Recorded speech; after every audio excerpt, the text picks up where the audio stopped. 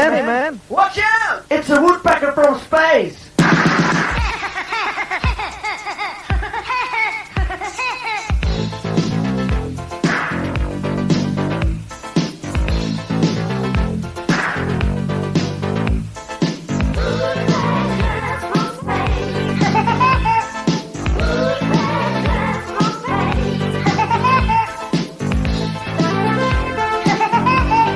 So this is about 7 coats of latex in Batman, and I don't even really know if this is going to be working, but I thought it's kind of neat to show you the process.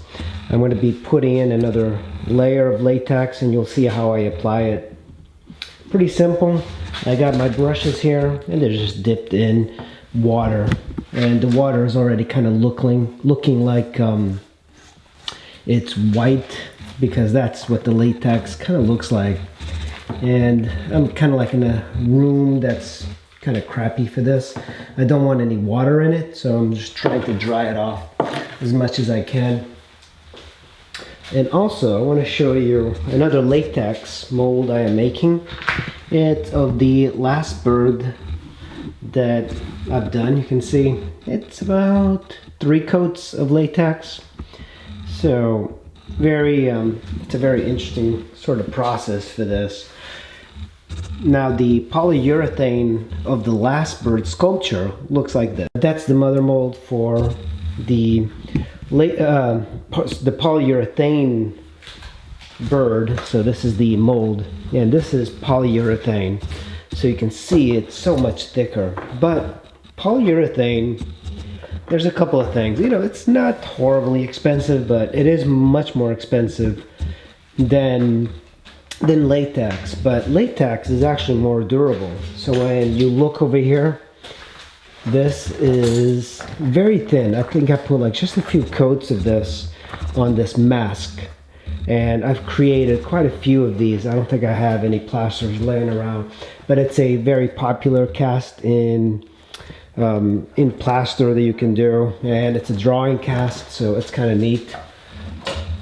And here I have that lizard sculpture. You know, this is my first latex mold I've ever made, and it's really quite fantastic that it held this well. And this is what I really first started with latex.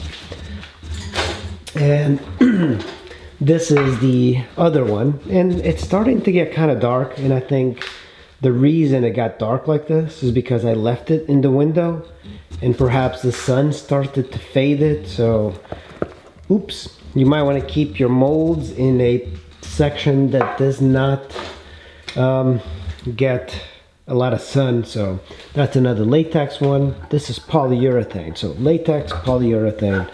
The polyurethane is so thick that you almost don't even need a mother mold. But all of these I do have mother molds. And that's the bird sculpture. That's the actual oil-based clay. And this is where I do all my little contraptions. This is not something I particularly like, but I also made a polyurethane version of the snake versus alligator thing. And by the way, you know, the one thing that I noticed about the polyurethane, here's another one, is that it's much more fragile than latex. Latex is so strong, so powerful. So that's kind of the difference between the two. And of course, this is going to be latex.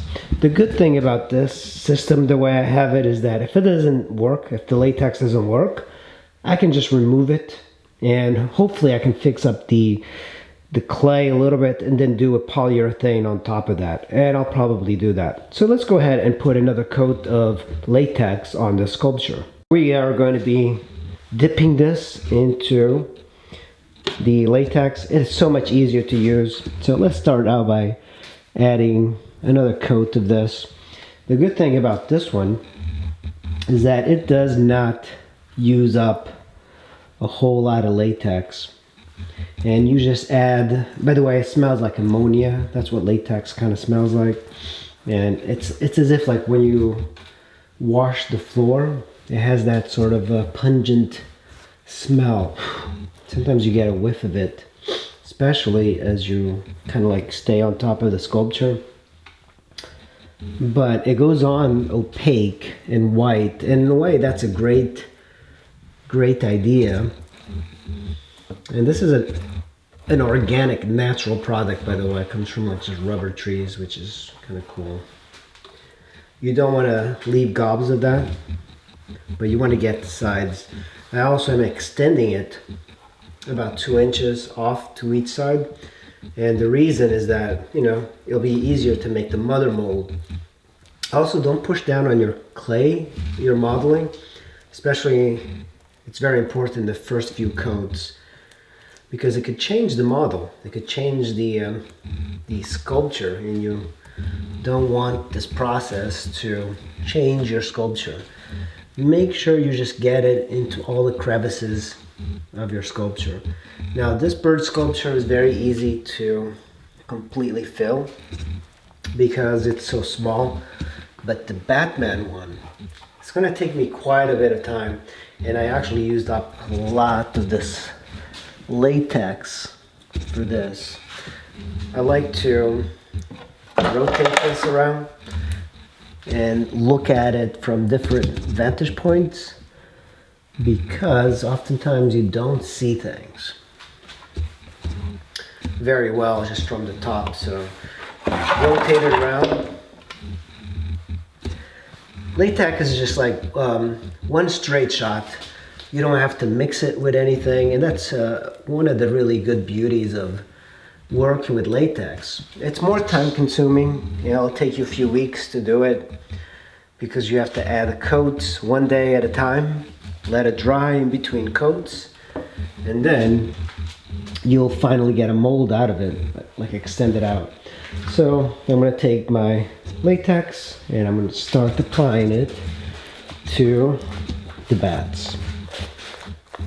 And you know, now that I got about 7 coats, it'll move a little bit faster because I don't have to, if I even miss a little bit, I could always add more.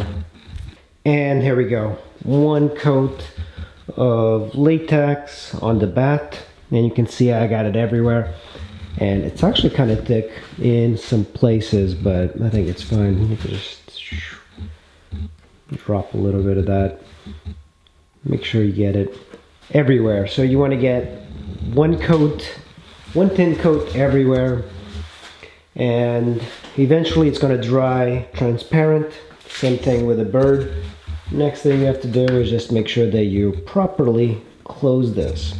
So after a couple more coats, our next step is going to be this, adding silica. And inside here, it's like a powder.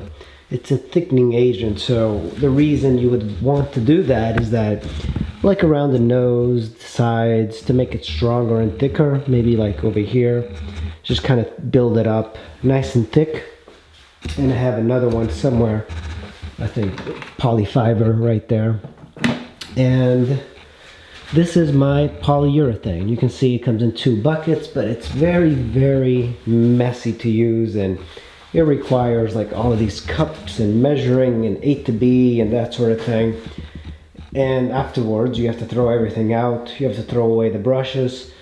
The good thing about the latex, you just, you know, paint it over, and eventually it turns into a very flexible cast, or a very flexible mold that's very worthwhile using, and you can get a lot of copies out of it.